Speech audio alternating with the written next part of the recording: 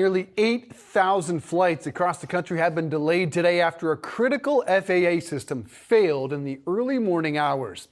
The Notice to Air Mission Alert System, which is used to share real-time information with pilots, was back online shortly before 9 a.m. Eastern Time when the agency said, quote, normal air traffic operations are resuming gradually across the U.S. Here to discuss the fallout is senior aerospace, defense, and airlines industry analyst for Bloomberg Intelligence, George Ferguson. George, nice to see you. This is very concerning because, quite frankly, we don't know very much.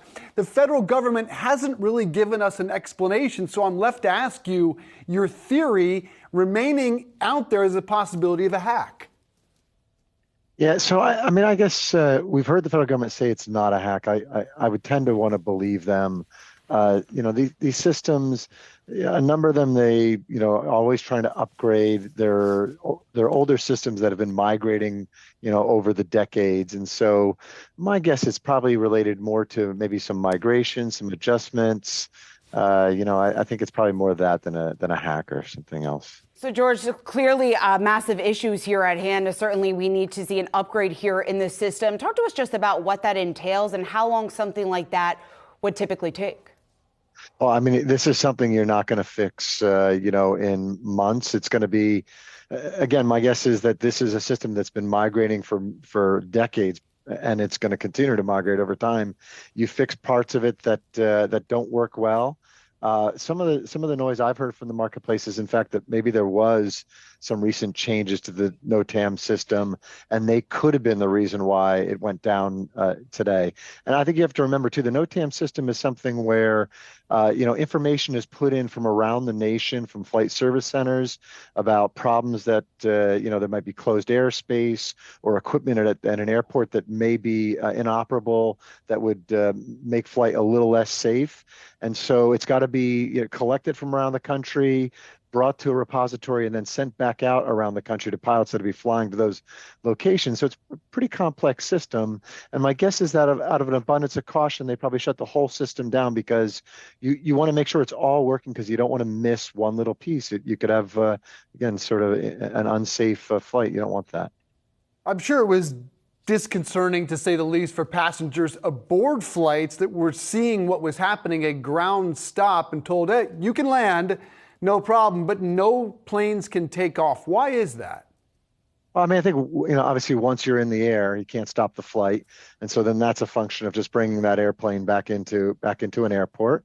And I think, once you enter air traffic control and communications with the tower, they can let you know whether or not there be any anomalies in the ground that you need to be aware of to be landing the airplanes. I think that this was a story about safety, and out of an abundance of safety, they shut U.S. airspace down. Air travel has become increasingly safer decade over decade. And I think, so I think at the end of the day, that's what we should all be more focused on than the delay. George, is there anything to say that something like this couldn't happen then again very soon while we do wait for some of these systems to get updated? Yeah, I mean, these things can always rear their head.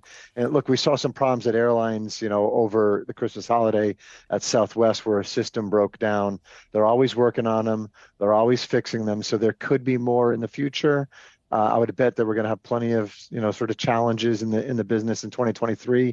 It's a hard business. There's a lot of variables inside the business, weather being one of the most important variables, and weather will knock out operation or hurt operations. And so systems have to get around that. So I would anticipate more problems. But again, I think it's a story about safe operations, and I think that was the important part of the story today. Yeah, I do want to get quickly your take on Southwest Airlines. They were the most impacted, according to FlightAware. 49% of their flights delayed. That's more than anyone in their space. Do you get a sense they have started to put together what went wrong and started to fix that computer system? Are they going to be ready the next time a perfect storm rolls around? Southwest is a very good operator, and it was very surprising to see what happened over the Christmas holiday.